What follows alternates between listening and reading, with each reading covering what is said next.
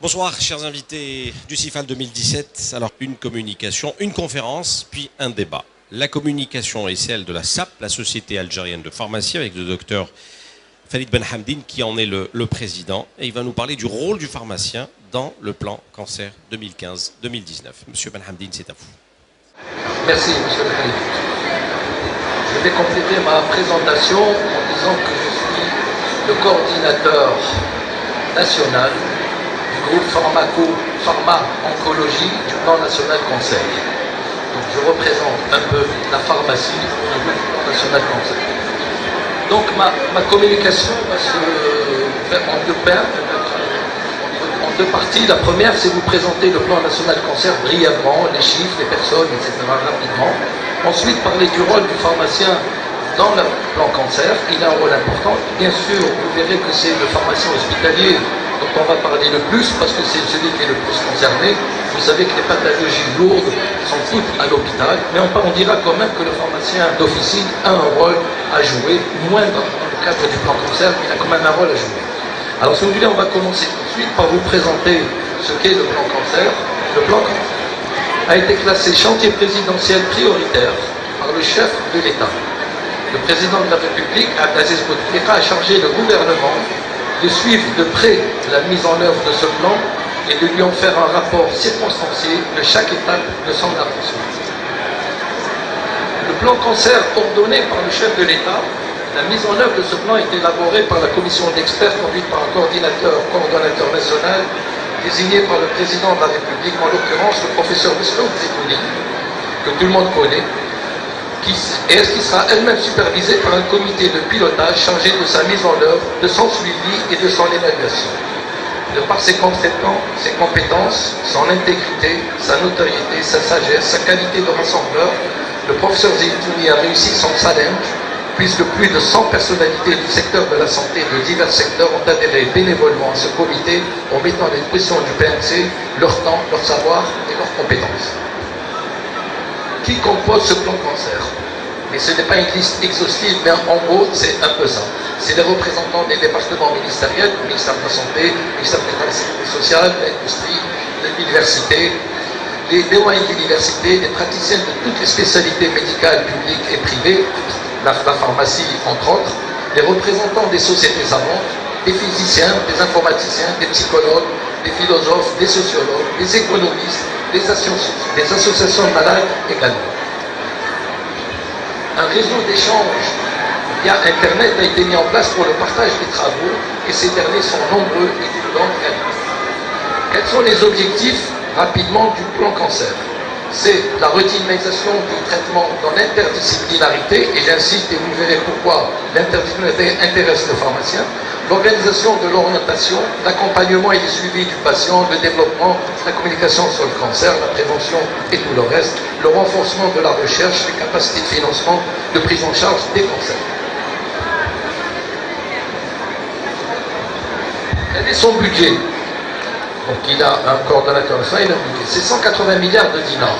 On nous a confirmé que rien ne changera au niveau de ce montant, malgré la crise que connaît notre pays. 77 milliards de dinars sont attribués au programme d'investissement et de modernisation du matériel en place. 100 milliards de dinars, c'est l'exploitation des centres anti-cancer, des unités d'oncologie et éventuellement la création de nouvelles unités, de nouveaux centres anticancéreux. Son organisation, le professeur Misloud Zitouni, coordonnateur national, et en dessous, donc, je vous l'ai dit tout à l'heure, un comité de mise en place du PNC, c'est le professeur Smaïl Moussma, directeur général de la prévention au niveau du ministère de la Santé, un comité de suivi et d'évaluation, le professeur Jean-Paul Rambaud. Et ces deux comités ont chacun des groupes de travail, la prévention, l'anatomie pathologique, la chirurgie, la radiothérapie, la psychologie, le dépistage, etc., etc. Et vous noterez la pharmacie oncologique, et j'ai l'honneur et le privilège d'être le coordonnateur de ce groupe. Quels sont les enjeux? Et là, on va arriver maintenant, on arrête, on ne parle plus du cancer, on va arriver au cancer en général. Quels sont les enjeux thérapeutiques et économiques? Et bien sûr, je ne détiens pas la totalité des enjeux, je n'ai pas les chiffres exacts, mais je vais vous donner ce que je sais. Dans le monde, les enjeux thérapeutiques, les big pharma activent massivement dans la recherche, notamment dans le domaine des biosimilaires et des thérapies ciblées. Les biosimilaires pourraient aider les systèmes de santé en réduisant les coûts de prise en charge de plusieurs pathologies, dont les maladies cardiovasculaires et bien sûr ce qui nous intéresse, les cancers.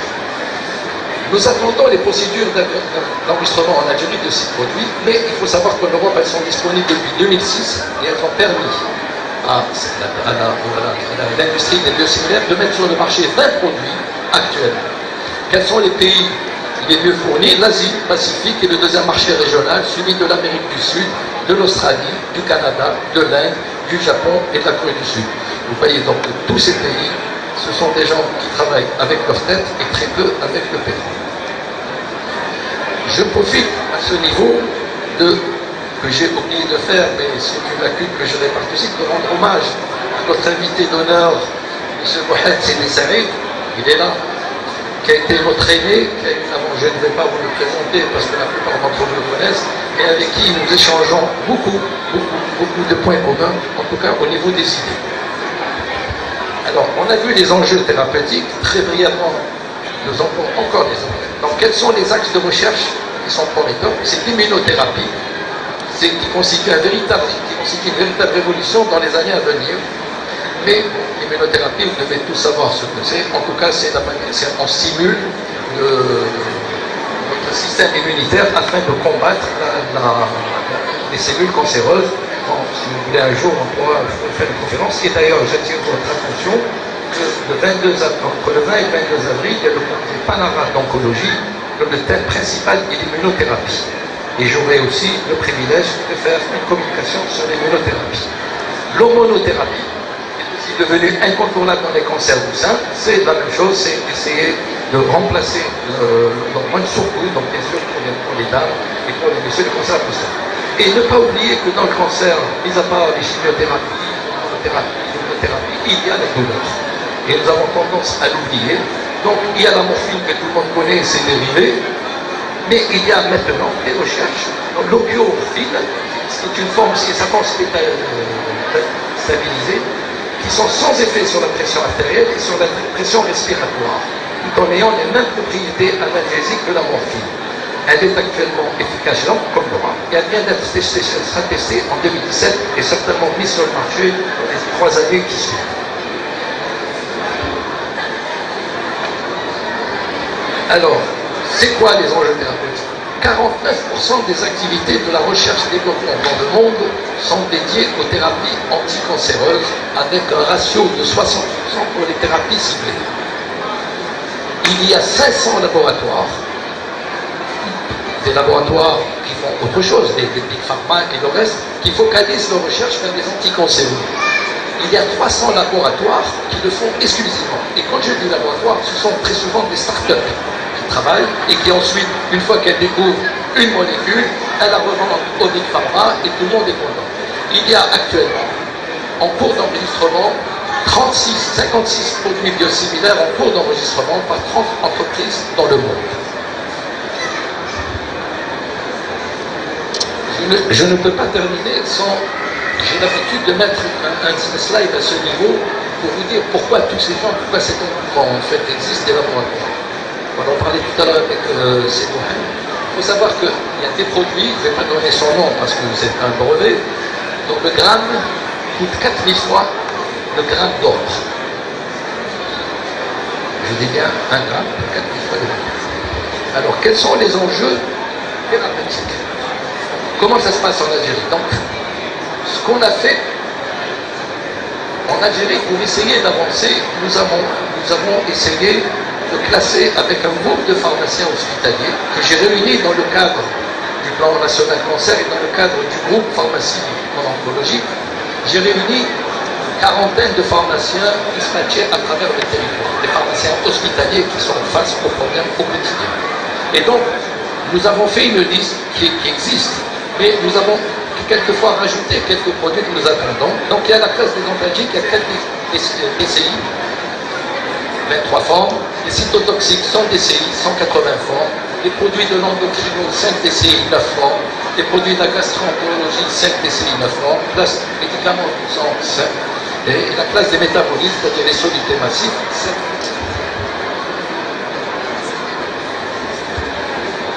Quels sont les enjeux économiques dans le monde? La consommation médicale dans le monde représentait en 1990 200 milliards de dollars. En 2015, elle est de 900 milliards de dollars. C'est-à-dire qu'en 25 ans, c'était multiplié par 4,5, 450%. La consommation mondiale des cancéreux a suivi le même chemin. 2015, 107 milliards de dollars, soit environ 12% du montant global. Il est attendu pour l'année 2020 150 milliards de dollars. Donc vous voyez que les enjeux économiques vont être très importants et la bataille va être très dure. Pourquoi cette augmentation? Pourquoi on est passé à cette année? En fait, la plupart des big pharma disent que c'est la recherche. Or, en 2015, je cite un article qui est là en bas, l'American Society of Nuclear Oncology. En 2015, les parts attribuées en moyenne par les laboratoires pharmaceutiques, je dis bien en moyenne, étaient de 15 à 20% pour la recherche-développement. Il y a des laboratoires qui vont jusqu'à 40%, effectivement, mais il y en a qui sont à 2%. Je parle de la moyenne. 30% vont au marketing et la promotion de ces molécules. 15%, c'est des bénéfices distribués légitimement aux actionnaires. 35 à 40% pour le fonctionnement. Donc vous voyez bien que la recherche-développement et le marketing représentent un peu plus de la moitié du chiffre accordé par le chiffre d'affaires. Donc il y a effectivement un intérêt, et c'est tant mieux, parce qu'il n'y avait pas cet intérêt, il n'y aurait pas de recherche et il n'y aurait pas d'innovation. En Algérie, comment ça se passe en Algérie? Vous voyez que entre 2008 et 2016, vous avez des produits anticancéreux qui sont en bleu foncé. Donc ils sont passés de 5 milliards de dinars à 43 milliards de dinars. Ils ont été multipliés, donc une augmentation de 800% en 8 ans. Même pas en 8 ans. C'est 39 milliards actuellement, j'ai mis 35, mais c'est 39, et ça sera... Non, c'est 43 milliards, effectivement.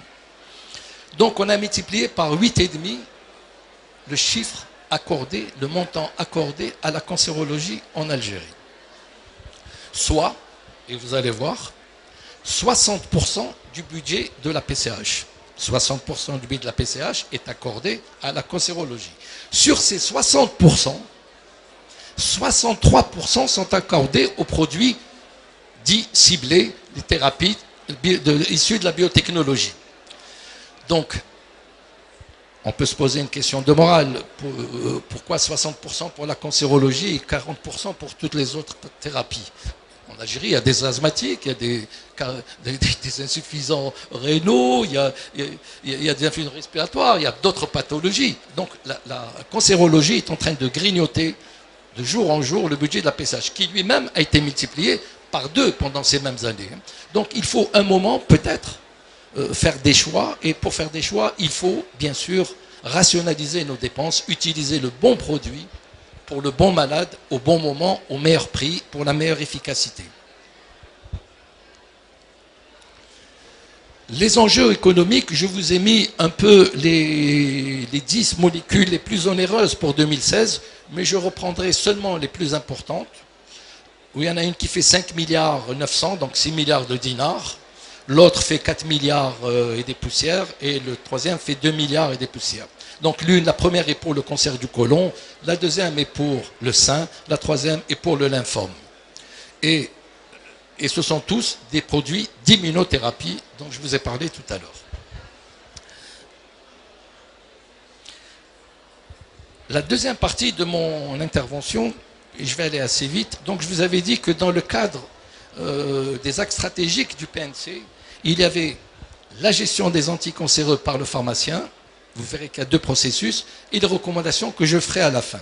Donc j'ai réuni les 40 pharmaciens d'officine, et c'est le travail que nous avons fait en commun. Nous avons établi un rapport national présenté au groupe du plan national cancer, qui lui-même transmet aux autorités qui sont juste au-dessus, c'est-à-dire le ministre de la Santé, le Premier ministre et le Président de la République, qui suit, nous a-t-on dit, de très près l'évolution du plan cancer. Donc, les axes stratégiques du plan national cancer, il y en a 2 qui intéressent la pharmacie. C'est l'axe stratégique 4, redynamiser le traitement. Les actions, il y en a d'une, organiser les réunions de concertation pluridisciplinaires et promouvoir la pharmacie oncologique. On va s'arrêter là. C'est quoi les réunions de concertation pluridisciplinaire? C'est formaliser, donc on va organiser la prise en charge et le suivi du patient, la traçabilité, le dossier du malade, le protocole thérapeutique, le nom du médecin ou le professionnel, c'est-à-dire l'infirmier, la femme de salle qui suit le malade, la fiche de suivi, engager les meilleurs délais d'adoption des protocoles thérapeutiques. C'est quoi? En fait, le pharmacien, c'est la fin de ce slide, cette slide qui est importante. Il devra participer à ces réunions en tant que membre de droit, en évaluant le service médical rendu et l'amélioration du service médical rendu, la gestion des risques des médicaments innovants, la pharmacovigilance et je rajouterai la pharmacoéconomie, c'est-à-dire coût, efficacité, coût, service rendu. Et là, on insiste parce qu'il y a un arrêté qui sera signé au mois de mars prochain où le ministère de la Santé doit déterminer la liste des personnes qui siègent au niveau de ces réunions de concertation pluridisciplinaires. Donc moi, personnellement, et les gens qui sont avec moi, on insiste pour intégrer le pharmacien dans ce choix parce qu'en principe, il est censé bien connaître le médicament. S'il ne le connaît pas, il peut approfondir ses connaissances et je lui conseille vivement parce que le plus important, ce n'est pas d'avoir une place au niveau de cette RCP, mais c'est de venir avec des arguments, pouvoir discuter la disponibilité du produit, quel est l'intérêt de ce produit, l'apport, comme on a dit, en service médical rendu, le coût, sa disponibilité au niveau de la pharmacie centrale. Et bien sûr, nous avons même demandé à ce qu'il y ait des pharmaciens hospitaliers qui soient présents au niveau des commandes de la pharmacie centrale lors de l'établissement des appels d'offres, etc., afin de donner leur avis. Mais pour cela, vous verrez plus tard qu'on demande une formation que la plupart du temps, les pharmaciens n'ont pas. Ensuite, je vous avais dit que le deuxième axe stratégique, c'était renforcer la formation et la recherche sur les cancers. Donc, c'est instituer des formations complémentaires en oncologie et promouvoir la pharmacie oncologique. Alors, les anticancéreux, vous le savez certainement, ils présentent un risque toxique lié à leur manipulation, aussi bien pour le professionnel que pour l'environnement. Et quand je dis le professionnel, il s'agit vous verrez que ça part de la PCH jusqu'au lit du malade. Le pharmacien joue un rôle majeur dans quoi? Dans le circuit des anticancéreux, dès la réception, la préparation, le transport, l'administration et l'élimination du flacon vide et l'élimination des déchets, aussi bien le carton que le flacon, etc. Et je ne vous raconte pas comment on jette actuellement ce qu'on fait des déchets cytotoxiques avec tous les que ça représente. Mais enfin, ça, c'est le travail que nous avons fait. On a beaucoup avancé, il y a des résultats, mais on doit tendre vers ce que je suis en train de vous présenter. La prévention des erreurs de prescription, ça arrive. Tout le monde peut se tromper. Et la préparation et l'administration du produit et la prévention des effets secondaires. Et bien sûr, la pharmacovigilance, c'est-à-dire l'optimisation de l'observance et de l'efficacité du traitement. Et bien sûr, attirer l'attention du Centre national de pharmacovigilance dès qu'il y a un problème. Donc, on avait dit que le pharmacien était chargé de la gestion des pharmacies. Donc il y a deux processus qui se mettent en place. Il y a un processus logistique, c'est-à-dire l'approvisionnement, et puis le processus clinique, le cheminement du produit une fois arrivé. La gestion des anticancéreux, mais là je vais quand même aller très vite, parce que j'ai qu'une demi-heure, et M. Lahari ne sera pas content. Donc le processus c'est quoi? C'est les procédures d'acquisition des produits pharmaceutiques. Le pharmacien est chargé de veiller à la sélection des anticancéreux, les critères de choix des anticancéreux, le transport des anticancéreux, la manipulation des contenants, c'est-à-dire ce que j'ai dit, ce que je viens de dire au CDC. Donc, on peut aller vite. Donc, la sélection des anticancéreux, on demande l'instauration d'un comité national du médicament anticancéreux et d'un comité de dispositifs des dispositifs médicaux. Et bien sûr, quand on injecte une chimiothérapie, il y a un tas de choses qui vont, la seringue, etc., etc.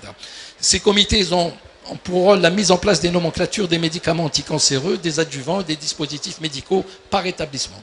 L'établissement d'un référentiel renfermant les critères de sélection des médicaments et des dispositifs médicaux approuvés et mis en œuvre. Il y a, je vais les citer rapidement, rédaction des grilles d'évaluation, définition des règles permettant des ajouts, des changements, ce n'est pas figé, la communication aux utilisateurs, aussi bien aux médecins, à l'infirmier, à la femme de salle, etc. La révision éventuelle de ces nomenclatures des médicaments et dispositifs selon un calendrier semestriel ou annuel. Effectivement, les choses évoluent très vite dans ce domaine. Donc le deuxième point, c'est le critère de choix. Ce que je vous disais tout à l'heure, la sécurité de l'emploi, le rapport coût-efficacité et ou toute innovation pharmacothérapeutique. Par exemple, est-ce qu'il vaut mieux injecter un produit, le donner en comprimé, les doses, etc. C'est le travail du pharmacien. La comparaison effectuée avec d'autres options thérapeutiques examinées lors des réunions de concertement pluridisciplinaires de l'établissement. Le processus, je vais très vite pour essayer de respecter mes horaires.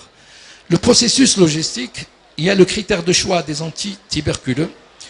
Les aspects qualitatifs et quantitatifs doivent être pris en compte pour évaluer les besoins de la pharmacie. Ils doivent être pris en compte par le pharmacien, j'insiste. Il y a 5 aspects. L'aspect clinique, efficacité, cycle d'emploi, on en parlait, mais on va dire 2 mots. L'aspect documentaire et scientifique, ce que je disais, si on veut assister au RCP, il faut d'abord être documenté, avoir lu, avoir compris, avoir appris, de manière à transmettre lors des RCP ce qu'on sait, ce qu'on est censé savoir, et ce qu'on est en tout cas obligé d'apprendre si on veut participer à ça. Les risques d'erreur, les aspects thérapeutiques, le risque d'erreur médicale, et un petit mot sur les autorisations temporaires d'utilisation, qui sont une expression qui ne doit pas qui sont une exception qui ne doit pas être la règle.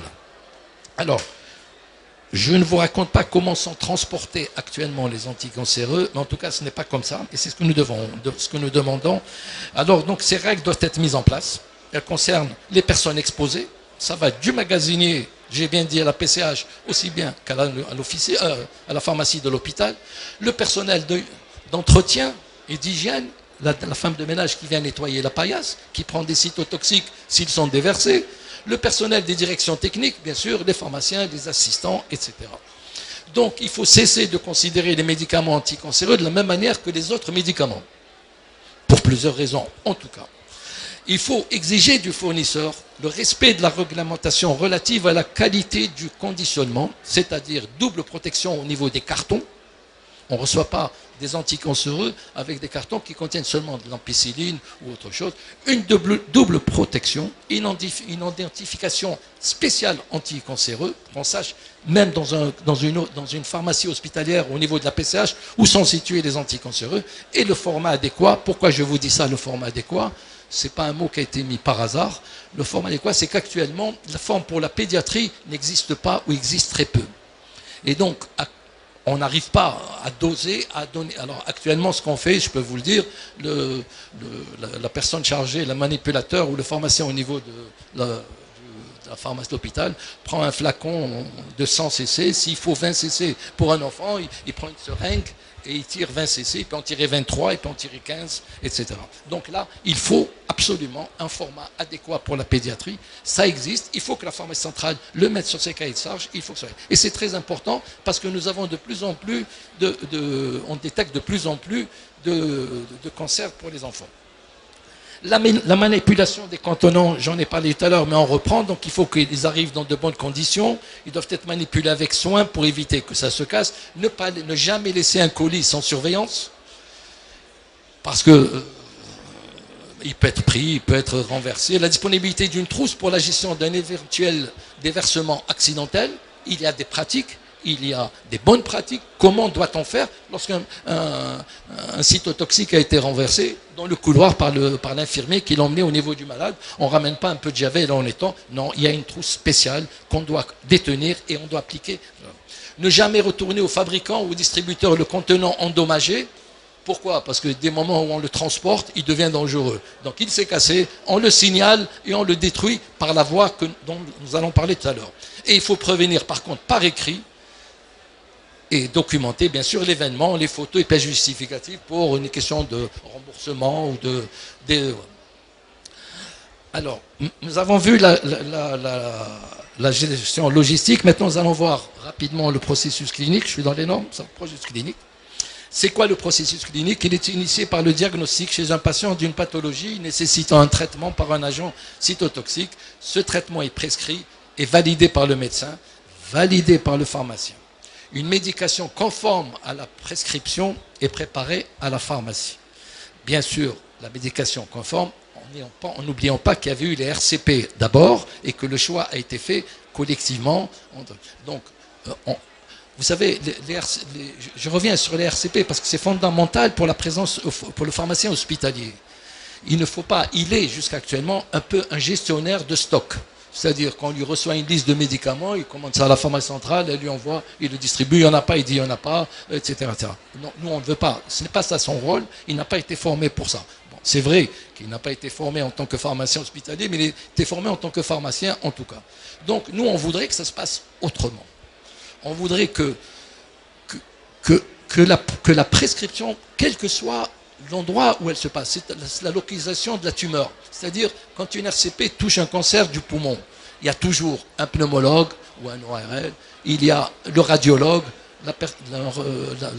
l'anatomopathologiste, et il faut qu'il y ait le pharmacien pour le choix de tout ce que nous avons dit. Ça ne se fait pas comme ça.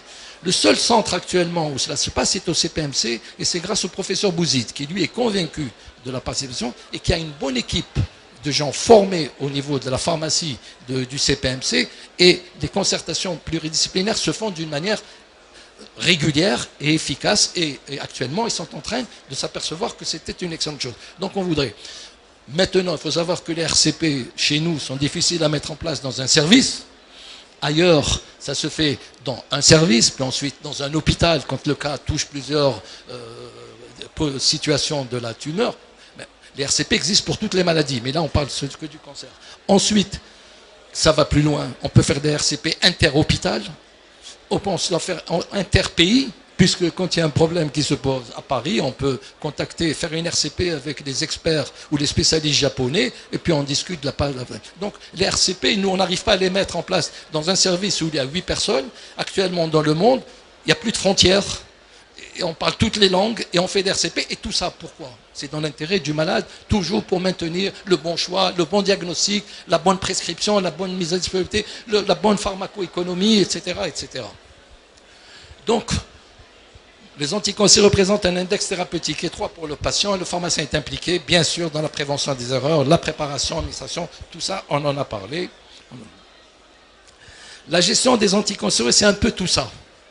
Le processus clinique, c'est un peu tout ça. Ce sont tous ces petits carrés orange. On va reprendre un par un, vous allez voir que ça va être très rapide. C'est d'abord l'informatisation du circuit des chimiothérapies. On commence par le commencement. Bien sûr, tout le monde sait que l'informatique est un outil efficace, etc. Donc d'abord, on sécurise la prescription. On garantit la bonne dispensation. On évite les préventions, on évite les erreurs éventuelles, etc. Et comment le fait-on? Par un encodage particulier qui existe actuellement dans le monde. Il s'agit de la mise en place harmonisée et efficace de traçabilité, reposant sur un standard d'identification international. En fait, c'est quoi? On peut appeler ça le data matrix. Avant, nous avons nos petits codes barres, etc. Bon, maintenant, c'est ce que vous avez dans vos badges. C'est ce qu'on appelle le matrix, les petits noirs, blancs, etc. que vous avez. Et là, vous trouvez tout. Qui a prescrit? Avec qui? Après l'accord de qui? Qu'a-t-il prescrit? Quelle quantité? Quelle posologie? Quelle durée de traitement? Qui a préparé qui a fait la préparation? Qui l'admine? Etc. Jusqu'à l'administration, jusqu'au malade. Et ensuite, après le malade, le suivi, etc. Donc là, c'est un outil indispensable. J'ai eu avec plaisir, j'ai lu il y a 2 jours que le ministère de la Santé avait réactivé l'uniformisation de l'informatique à travers tous les hôpitaux d'Algérie. Je sais que ça existe déjà dans certains hôpitaux, en tout cas interservices, ça commence à fonctionner. Le but à atteindre, et ça a été déclaré officiellement, il y a toute une équipe qui travaille, c'est l'interconnexion, bien sûr, de tous les services à l'intérieur d'un hôpital, mais d'un hôpital à travers tous les centres de santé qui existent en Algérie. Ce qui se fait, il n'y a aucun mérite, on invente rien, c'est ce qui se fait ailleurs d'une manière systématique et depuis très longtemps. Mais c'est tant mieux, mieux vaut tard que jamais, c'est tant mieux. Ensuite, il y a la sécurisation. Alors, comment fabrique-t-on actuellement les chimiothérapies? C'est ce que je disais, c'est presque à la seringue et on prend 4 millilitres par là, 3 000. Je prends un exemple classique. Vous avez une ampoule de 10 millilitres, vous avez 3 malades, un qui nécessite dans son thérapie 2 millilitres, l'autre 1, l'autre 4, il vous en reste 2 à la fin de la journée, vous en faites quoi? Vous le jetez. Et vous le jetez où? C'est une autre histoire, mais déjà, vous perdez 2. Comme la plupart du temps, et notre invité, on va en parler tout à l'heure, ce sont des produits qui coûtent très cher. Imaginez 2 millilitres multipliés par le nombre de centres d'oncologie. Actuellement, il y a 80 centres qui pratiquent la chimiothérapie. Donc, à la fin de l'année, vous allez voir. Donc, effectivement, on avait vu que la courbe de la PCH augmentait, les thérapies ciblées augmentaient, mais déjà, commençons par éviter de jeter ce que nous payons très cher. Déjà, on s'apercevra qu'il y aura peut-être plus d'argent pour d'autres produits innovants ou pour les thérapies qui sont connues. Donc, il doit veiller à la gestion et à la sécurité des patients, à limiter les événements indésirables, favoriser l'adoption des meilleures pratiques cliniques et organisationnelles. Donc, je peux vous parler longtemps maintenant, on est passé à autre chose dans le monde. En Algérie, on s'y met. On appelle ça les unités. Ce sont les URCC qui servent à quoi? Elles servent en fait, on fabrique à peu près d'une manière semi-industrielle les chimiothérapies. On sait que demain, tel service a 20 malades qui vont subir une chimiothérapie.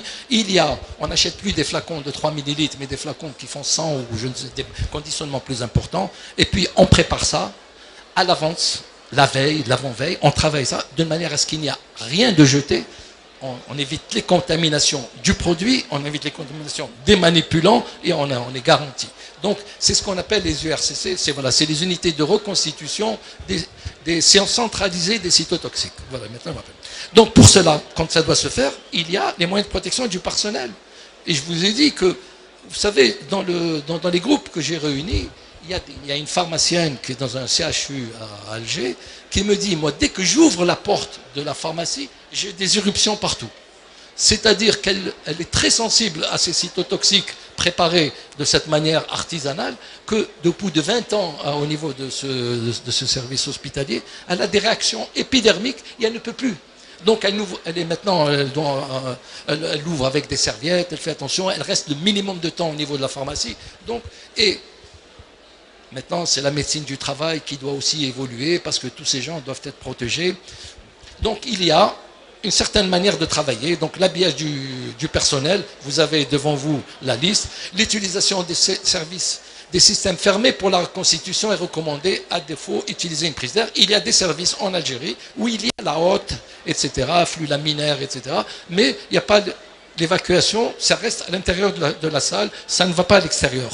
Donc, je me demande à quoi elle sert. Bon, mais l'essentiel, c'est de mettre en place le processus et de mettre de l'ordre dans cette profession et dans cette pratique de la pharmacie hospitalière, particulièrement celle de la cancérologie. Les manipulations sont faites par un préparateur, validées par un pharmacien, ok. Et les excédents non utilisés ne sont pas jetés dans l'évier, mais laissés dans le flacon d'origine. Je disais tout à l'heure, je ne sais pas ce qu'on en fait, mais effectivement, très souvent, on jette les cytotoxiques dans l'évier ou dans la poubelle du service. Donc, les moyens de protection du personnel toxique, on a vu. Alors là, c'est ce que je vous montre à gauche, parce que c'est très long à expliquer ce que c'est qu'une URCC. Donc voilà, c'est un peu ce que vous voyez sur votre écran à gauche. C'est vraiment toutes les mesures de sécurité, les gants, la hotte, le laminaire, etc. Et puis, en même temps, la préparation non centralisée en service de soins, c'est un peu ce qui se passe. Là, il y a beaucoup de comprimés, mais c'est ce que je vous ai dit tout à l'heure. On prend une seringue, on tire dans la ampoule et on verse dans le... En plus, donc la suite, la sécurisation du transport entre la PCH et le service d'oncologie, c'est ce que je vous ai dit. Ça part n'importe comment, dans un camion. Ils transportent les cytotoxiques comme s'ils transportaient, je ne sais pas, tous les autres produits, mais ce n'est pas un autre produit. Ensuite, et bien sûr très important, parce qu'on parle maintenant du patient qui est déjà immunodépendant, etc., etc. On va lui rajouter toutes ces petites choses. D'accord. L'administration des chimiothérapies par les infirmiers doit être sécurisée par une liste de vérification. Il y a toute une liste qui doit être mise au point et c'est des bonnes pratiques d'administration qui doivent être respectées tout le temps. Le patient doit être... Donc on en a parlé, mais j'en reparle encore. La disposition informatisée des chimiothérapies permettra leur traçabilité de la pharmacie de l'hôpital aux patients. On avait dit en général, à travers l'hôpital, dès sa réception, les différents... Là, c'est du malade, de la pharmacie de l'hôpital au malade.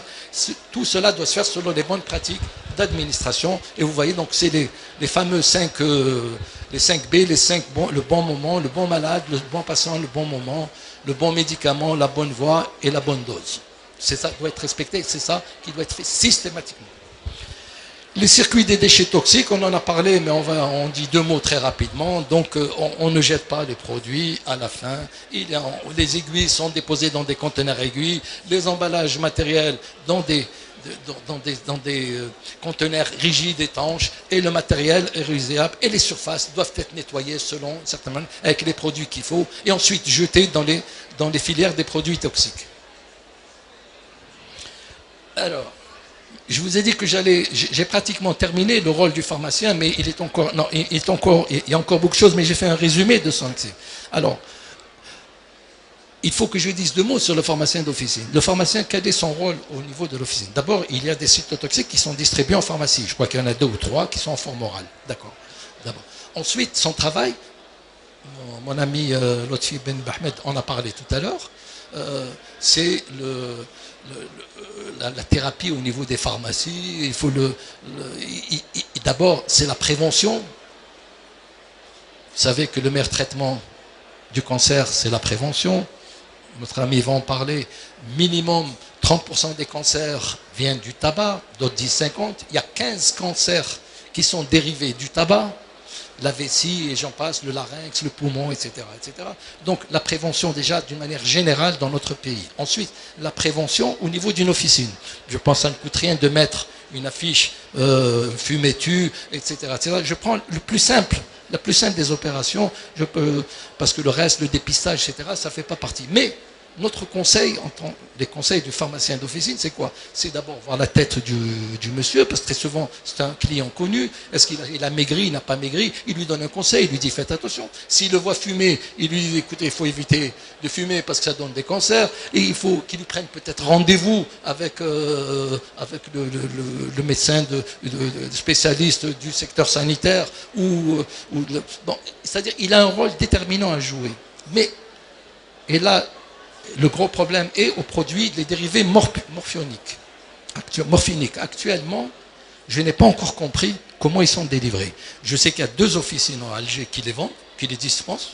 Et je ne sais pas comment ça se passe à travers du pays. Or, il y a une autre, le pharmacien d'officine, et ça fait partie de son rôle, et sa mission. Il a le devoir de détenir tous les médicaments et pas que les médicaments qu'il arrange.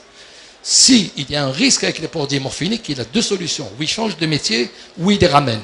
Parce qu'on n'a pas le droit de laisser quelqu'un soumis à la double peine de la maladie et de la douleur. Donc, effectivement, c'est peut-être un problème de conserver ces produits dans son officine, mais ça fait partie du travail du pharmacien. Il faut qu'il assume. Donc, je fais appel à mes confrères de l'officine de prendre en charge la douleur de leurs patients et pas seulement quand il y a un parent qui a un cancer et qui a des douleurs, on s'aperçoit qu'on en a besoin, on se peut appeler ses copains, ses amis, etc. pour dire est-ce que tu peux me donner tel produit, tel produit. Docteur Benhamdine. J'ai terminé. J'ai terminé par la recommandation. Voilà, recommandation. Alors, c'est pas fini. Je vous donne mes recommandations parce qu'il y a une recommandation qui me tient à cœur. Donc, le rôle important du pharmacien dans le plan cancer, notre principe, c'est la formation de qualité des étudiants en pharmacie, puisque actuellement, il y a une grande revendication, et c'est très bien que les pharmaciens et les étudiants se réveillent et essayent d'améliorer leur formation, donc on ne peut pas leur reprocher. D'après moi, tout le cursus universitaire doit être revu. Le pharmacien ne fabrique plus des pommades dans l'arrière-boutique ou des pilules avec son pilulier et son mortier. Il est à autre chose. Donc il doit préparer ce dernier aux nouveaux défis de santé de la pharmacoéconomie. De nouvelles spécialisations doivent être mises en place par le ministère de l'Enseignement supérieur, et c'est en raison. La pharmacie oncologique, nous n'avons pas de pharmacien oncologique, il y a des pharmaciens qui font de l'oncologie sans le savoir, c'est comme M. Jourdain. La pharmacie hospitalière, pas de statut, pas de formation, on ne sait pas ce qu'ils deviennent. La pharmacie industrielle, pas de module, ils font une petite formation, mais qui est un complément. Mais moi ce que je souhaiterais, qu'il y ait une spécialisation d'1 année, 2 années, que la personne sorte avec sur son diplôme, diplômé en pharmacie industrielle, en oncologie, etc. Les affaires réglementaires, la pharmacoéconomie, ce n'est plus un vœu des étudiants en pharmacie, mais une nécessité absolue, pas pour les étudiants, mais pour nous tous, et pour le pays en général, dans la pratique de la performance dans leur activité, qui seuls permettent l'atteinte des objectifs de santé publique attendus par les autorités de notre pays, et avant tout par nos concitoyens. Je profite de cette manifestation pour lancer un appel à nos autorités, pour une réforme complète de l'enseignement de la pharmacie dans notre pays, Par exemple, la création d'une faculté de pharmacie dédiée, une faculté dédiée à la pharmacie à 100%, pour une affaire de gestion de budget, d'espace, etc. Il y a encore une raison de partager. Quand, bon, à juste titre, le médecin prend la grande part, donc c'est pas logique si on demande Voilà, et je vous remercie pour votre attention.